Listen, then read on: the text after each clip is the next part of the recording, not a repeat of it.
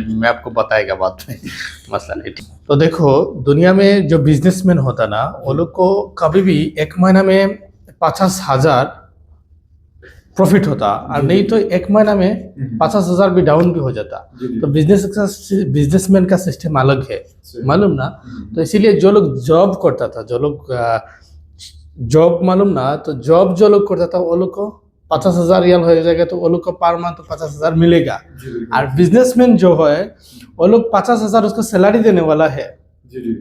तो वो लोग क्या करेगा, वो लोग से मिनिमम कितना पैसा अर्न करेगा, जब 50 लाख अर्न करेगा तब टाइम उसको ना 50,000 रियल सैलरी देगा, मालूम ना।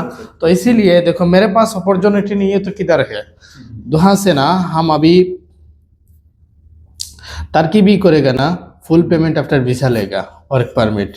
बेलारूस करेगा ना फुल पेमेंट आफ्टर वीसा लेगा, ठीक है ना।